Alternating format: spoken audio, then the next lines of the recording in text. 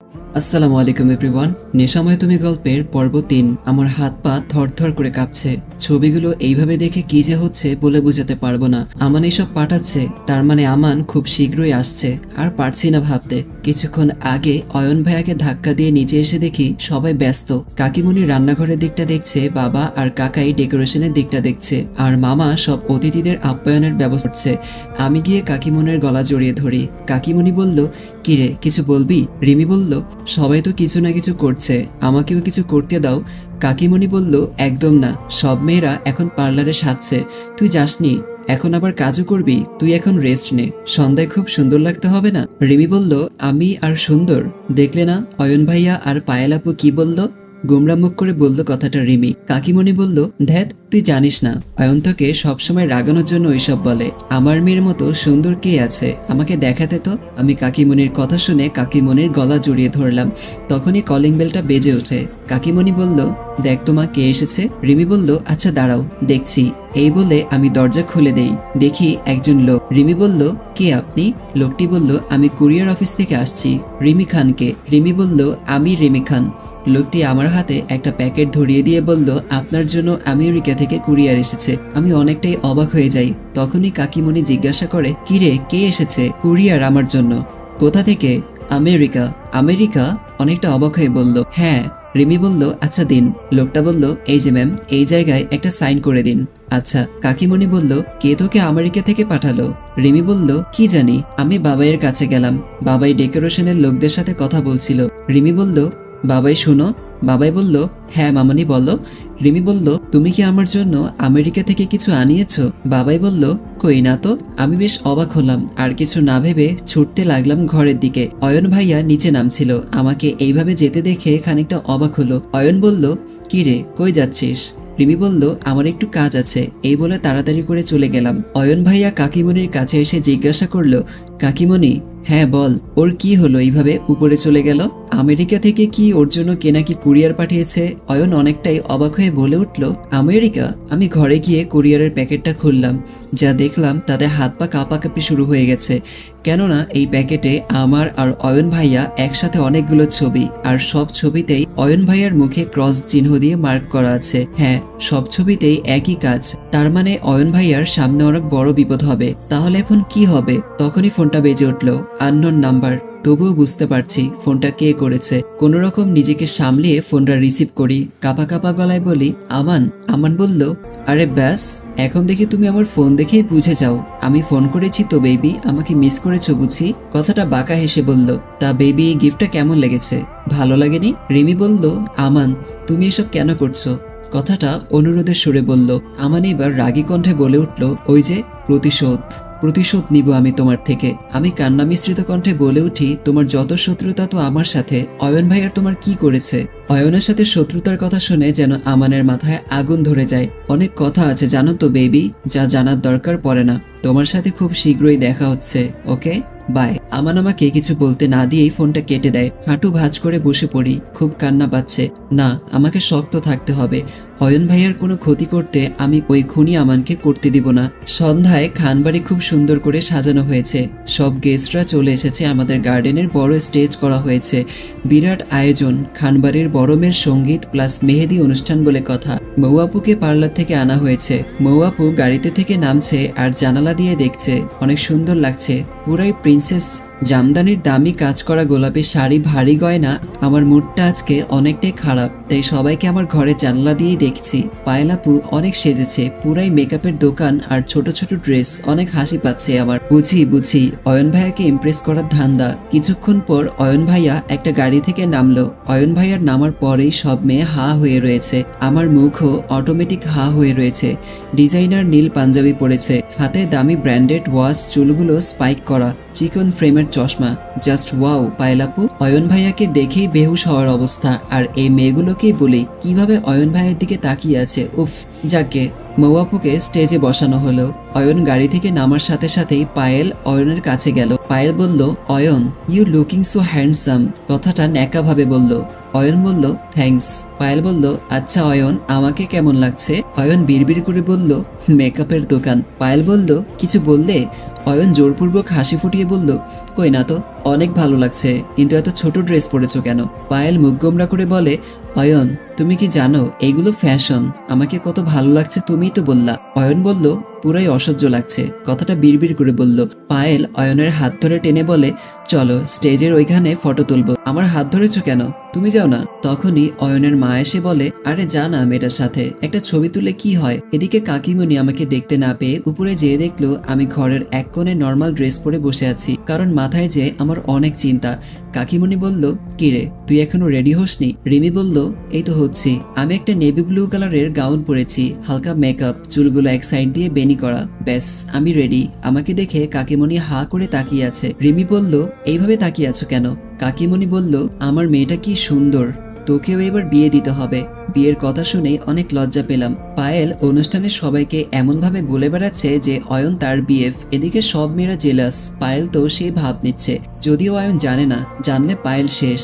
পায়েল অয়নের পিছনে ঘুরে বেড়াচ্ছে। অয়নের খুব বিরক্ত লাগছে, তার চোখ তো শুধু রেমি পরীকেই খুঁজছে। আমি আস্তে আস্তে নিচে নেমে গার্ডেনে গেলাম। অয়ন ভাইয়ার চোখ আমার দিকে যেতেই হা হয়ে আমার দিকে তাকিয়ে আছে। আমার কেমন যেন অস্বস্তি লাগছে, এইভাবে দেখছে। আর অয়ন যেন কত বছর পর রিমি পরীকে দেখেনি, তার চোখের সামনে নীল পরি হয়ে দাঁড়িয়ে আছে। অয়ন মনে মনে বলল, হায় মে মার যাওয়া। পায়েলও সেটা খেয়াল করেছে আর রাগে ফুঁসছে। আমাকে দেখে মিনি আর রিক ছুটে আসলো আর আমাকে টানতে টানতে স্টেজে নিয়ে গেল। আমাকে দেখেই মৌয়াপু বলল, কি রে কই ছিলে এতক্ষণ? ওই একটু মাথা ব্যথা করছিল তাই। ঠিক আছে আয় বস। অনুষ্ঠান শুরু হয়ে গিয়েছে।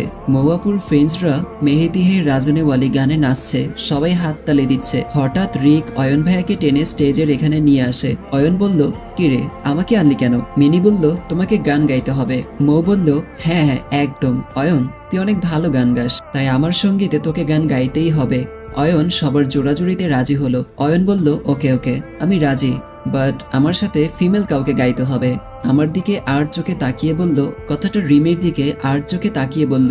অয়ন ভাইয়া যে আমাকে উদ্দেশ্য করে বলছে সেটাই সবাই বুঝতে পারছে। রিক বলল, ওকে রিমি আপু গাইবে। তখনই পায়েল আপু বাধা দিয়ে বলল, কেন রিমি কেন? আমি গাই তাহলে। পায়েল আপুর কথা শুনে অয়ন ভাইয়া হুহা করে হাসতে লাগলো, রিক আর মিনিও। রিক বলল, তুমি কি গানের গাও গাইতে পারো? পায়েল বলল, মানে? রিক বলল, আমার রিমি আপু গানে অনেক পুরস্কার পেয়েছে বুঝেছো। অয়ন তার ফ্রেন্ডকে বলল, ওই নাজমুল। নাজমুল বলল, হ্যাঁ দোস্ত। অয়ন বলল, আমার গিটারটা দে। নাজমুল ভাইয়া গিটারটা অয়ন ভাইয়ার হাতে দিল। অয়ন ভাইয়া গিটারটা নিয়ে আমার দিকে আর চোখে তাকিয়ে মুচকি হেসে গাইতে লাগলো। দুজনে একে অপরের দিকে অপলক তাকিয়ে আছে। সবার হাততালিতে তাদের হুঁশ আসে। গানটা গাওয়ার সময় দুজনের চোখে আপনা আপনি জল চলে আসলো। হয়তো এই গানের মাধ্যমেই দুজন দুজনকে কিছু বলতে চায়। এদিকে অয়নের মা, দাদি আর পায়েল রাগে ফুঁসছে। অয়নের মা বলে, আমার ছেলেটাও না, কি যে দরকার ছিল। এদিকে পায়েল অপমানে রাগে ফুঁসছে, আমাকে অপমান করা তাই না রিমি? দেখো এইবারেই পায়েল কি করে। অনুষ্ঠান প্রায় শেষের দিকে। আমি আনমনে হাঁটছিলাম জুসের গ্লাস নিয়ে। তখনই পায়েল ইচ্ছা করে রিমিকে লাথি মারে, যার কারণে রিমির জুস সব অয়নের মায়ের শাড়িতে পড়ে। রিমি বলল, সরি মামি, আমি খেয়াল করিনি। মামি বলল, তুই ইচ্ছা করে করেছিস তাই না? কথাটা রেগে বলল, আমার শাড়িটা এই অনুক্ষণেই মেয়ে শেষ করে দিল। রিমি বলল, আমি ইচ্ছা করে করিনি তো মামি, সত্যি। পায়েল গিয়ে ঠাস করে রিমির গালে চড় মেরে দেয়, যার কারণে আমি ছিটকে পড়ে যাই। হিল জুতোর কাঁটিটা পায়ের সাথে লাগে, যার কারণে আমার পা থেকে রক্ত বের হচ্ছে। চরের আওয়াজে সবাই পেছনে ঘুরে তাকায়। আমার এই অবস্থা দেখে অয়ন ভাইয়া তাড়াতাড়ি চলে আসে। অয়ন বলল, কি হয়েছে রিমি পরি, তুই কাঁদছিস কেন? আমি ফুপিয়ে কাঁদছি। অয়নের চোখ রক্তবর্ণ ধারণ করে। অয়ন ভাইয়া আমার থুতনি উঁচু করে বলে, কে মেরেছে তোকে? পায়েল বলল, আসলে আমি বুঝতে পারিনি এত জোরে লেগে যাবে। অয়ন তেড়ে এসে পায়েলকে থাপ্পড় মারতে যাবে, তার আগেই অয়নের মা ধরে ফেলে। কি করছিস কি? মা, ওর সাহস কি করে হয় আমার রিমিকে মারার? সবাই অবাক হয়ে তাকিয়ে আছে। কে কি বলবে কিছুই বুঝতে পারছে না। ওই মেয়েটা আমার শাড়িতে জুস ফেলেছে তাই আর কি। পায়েল আমি কান্না মিশ্রিত কণ্ঠে বলে উঠি, আমি ইচ্ছা করে করিনি। কাকিমণি বাবাই আমার কাছে আসে। বাবাই বলল, আমার মেয়েকে আমি আজ পর্যন্ত গায়ে হাত তুলিনি, তুমি কেন তুলেছো? কাকিমণি বলল, তাই তো। অয়ন বলল, তোমাকে আমি পরে দেখে নেব। ড্যামিট, আমার চোখের সামনে থেকে যাও, না হলে যে আমি কি করব আমি নিজেও জানি না। পায়েল এই কথা শুনে কান্না করে গেল। অয়নের দাদি বলল, এইভাবে মেয়েটাকে বকছিস কেন? অয়ন বলল, ওকে থাপ্পড় মেরে সব দাঁত ফেলে দেওয়া উচিত। রিমিপুরীর গায়ে হাত তোলে সবাই অবাক। অয়ন ভাইয়া আমার কাছে এসে বলে, তোর কি বেশি লেগেছে? না অয়ন ভাইয়া, ঠিক আছি আমি। তখনই মৌ আপু কাছে এসে বলে, কিসের ঠিক আছিস, তোর পায়ে কতখানি কেটে গেছে? অয়ন ভাইয়া আর কিছু না ভেবে আমাকে কোলে তুলে ফেললেন। এহেম কাণ্ডে আমি অনেকটাই অবাক হয়ে যাই। রিমি বলল, আমাকে নামাও। অয়ন বলল, ওকে ব্যান্ডেজ করতে হবে। আশা করি কারো কিছু বলার নেই। সবাই আমার দিকে ড্যাব ড্যাব করে তাকিয়ে আছে। আমি লজ্জায় মরে যাচ্ছি। পায়েল আপুর লজ্জায় রাগে ক্ষোভে বেরিয়ে গেল। তার পেছন পেছন আমার হিটলার নানু আর মামিও গেল। অয়ন ভাইয়া আমাকে কোলে করে আমার ঘরের উদ্দেশ্যে রওনা হলো। আমি লজ্জায় যায় যায় অবস্থা। আমি অয়ন ভাইয়াকে কিছু বলতেও পারছি না। তার চোখ অসম্ভব লাল হয়ে আছে। এইবার যা করলো, অয়ন ভাইয়া আমাকে কোলে করে আমাকে ঘরে নিয়ে আসলো। আমাকে বেডে বসিয়ে ফার্স্ট এড বক্স খুঁজতে লাগলো। রিমি বলল, অয়ন ভাইয়া ওইসবের দরকার নেই তো, আমি ঠিক আছি। অয়ন ভাইয়া আমার কথায় কোনো পাত্তা না দিয়ে বক্সটা খুঁজতে লাগলো। পেয়েও গেল। আমার বুক সেলফের উপরে বক্সটা নিয়ে এসে আমার পায়ের কাছে বসলো। রিমি বলল, অয়ন ভাইয়া আমি সত্যিই ঠিক আছি। অয়ন বলল, হয়েছে বকবক, চুপ করবি, আমার কাজটা আমাকে করতে দে। কথাটা ধমক দিয়ে বলল। আমি আর কি, ধমক খেয়ে চুপচাপ হয়ে পড়লাম। এই খাটাসটার উপরে কথা বলার সাহস নেই। অয়ন ভাইয়া আমার পাটা নিজের হাঁটুতে নিয়ে ওষুধ লাগাতে লাগলো। আমি ব্যথায় শব্দ করে উঠলাম। অয়ন ভাইয়া বিচলিত হয়ে বলল, কি রে রিমি পড়ি, তুই ঠিক আছিস তো? দেখেছিস কতখানি কেটে গেছে? অয়ন ভাইয়ার চোখ ছলছল হয়ে রয়েছে। মনে হচ্ছে আমার ব্যথা লাগেনি, লেগেছে তার। এই লোকটা মুখে যাই বলুক, আমি তো বুঝি লোকটা আমাকে কত ভালোবাসে। আমার যে কতটা খুশি লাগছে।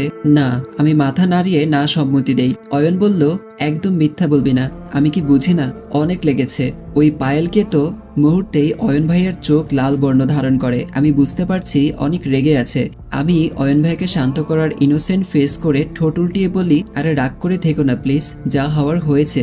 অয়ন তার রিমিপুরের এই কিউট ফেস দেখে আর রাগ করে থাকতে পারলো না, জোরে হেসে দিল।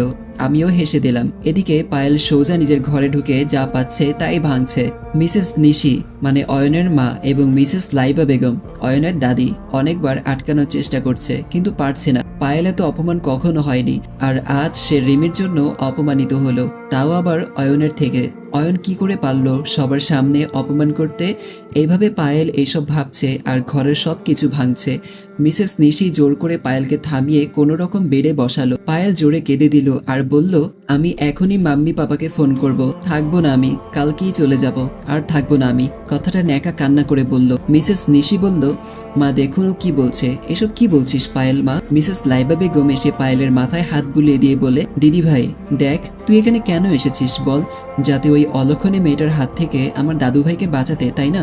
পায়েল চোখ মুছে বলে, হ্যাঁ। মিসেস নিশি বলেন, তাহলে তুই কেন যাবি? তুই তো জানিস ওই রিমিটা একটা মুখ পুরি আমার ছেলেকে বশ করেছে, তাই আমার ছেলেটা এরকম করলো। এখন তুই যদি চলে যাস, তাহলে ওই মুখ পুরিটা আমার ছেলেকে ফাঁসিয়ে যদি বিয়ে করে নেয়, তাহলে তাহলে কি করবি? তুই সহ্য করতে পারবি? পায়েল চোখ মুছে বলে, আমিও দেখি ওই রিমি আমার অয়নকে কিভাবে আমার থেকে কেড়ে নিতে পারে। কথাটা বাঁকা হেসে বলল। মিসেস লাইবা বেগম পায়েলের কপালে চুমু খেয়ে বলল, এই না হলে আমার দিদি ভাই, কিন্তু শোন, এখন তোকে অয়নের চোখে ভালো সাজতে হবে, বুঝেছিস? কোনো রকম দুর্ব্যবহার করলে চলবে না। পায়েল বলল, তুমি কোনো চিন্তা করো না দিদুন, আমি আছি তো। কথাটা মুচকি হেসে বলল। এদিকে আমি হাসি থামিয়ে বললি, কিন্তু এইভাবে তোমার সবার সামনে কোলে তোলা একদম ঠিক হয়নি। সবাই কি ভাববে? অয়ন ভাইয়া ডোন্ট কেয়ার ভাব নিয়ে বলে, সো আই ডোন্ট কেয়ার, তুই এখন রেস্ট নে, অনেক রাত হয়ে গেছে। এইভাবে হন্তদন্ত ভাবে চলে গেল। যাব বাবা, এই লোকটা কি ডোন্ট কেয়ার ভাব নিয়ে চলে গেল? মনে হয় আমি ওর বিয়ে করা বউ। মানুষ বিয়ে করা বউকেও এভাবে কোলে তুলে নেয় না সবার সামনে। অয়ন বাসায় ঢুকেই দেখে পায়েল সোফায় বসে আছে।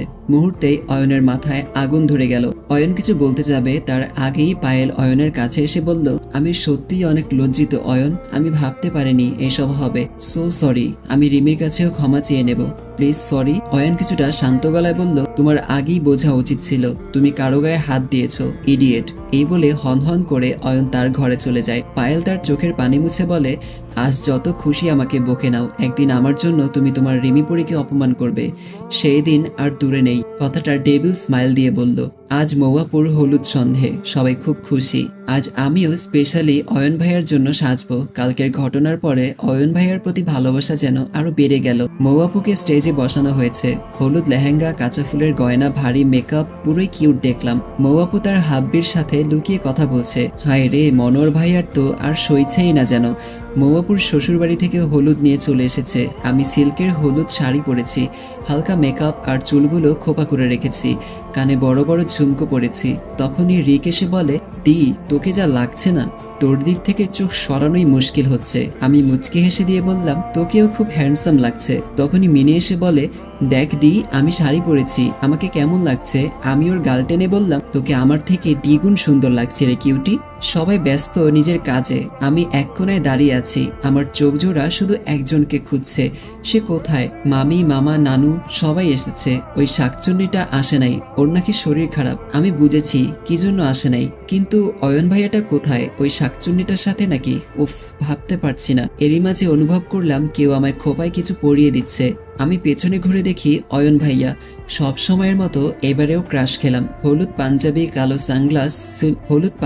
কালো সানগ্লাস, সিল্কি চুলগুলো সেট করা। অয়ন ভাইয়া বলল, আমাকে দেখা শেষ? অয়ন ভাইয়ার কথায় লজ্জা পেলাম। রিমি বলল, আমি মোটেও তোমাকে দেখছিলাম না। অয়ন বলল, তাই না? রিমি বলল, হ্যাঁ তাই। আর তুমি পেছনে কি করছিলে? অয়ন বলল, এই শাড়িতে তোকে যা লাগছিল না। কথাটা বাঁকা হেসে বলল। আমি অয়ন ভাইয়ার কথায় অনেক লজ্জা পেলাম। অয়ন বলল, কিন্তু কিছু একটার কমতি ছিল, তাই সেইটা পরিয়ে দিলাম। আমি অবাক হয়ে খোপায় হাত দিয়ে দেখলাম রজনীগন্ধার মালা। অয়ন বলল, এইবার তোকে পুরোপুরি মায়াবতী লাগছে। আমি মুচকি হাসি দিয়ে চলে আসলাম। অয়ন তার হাত ভাঁজ করে বলল, হায় লড়কি হাসি, আর আমি ফাঁসি। হায় রে আমার মায়াবতী। হলুদ অনুষ্ঠান শুরু হয়ে গেছে।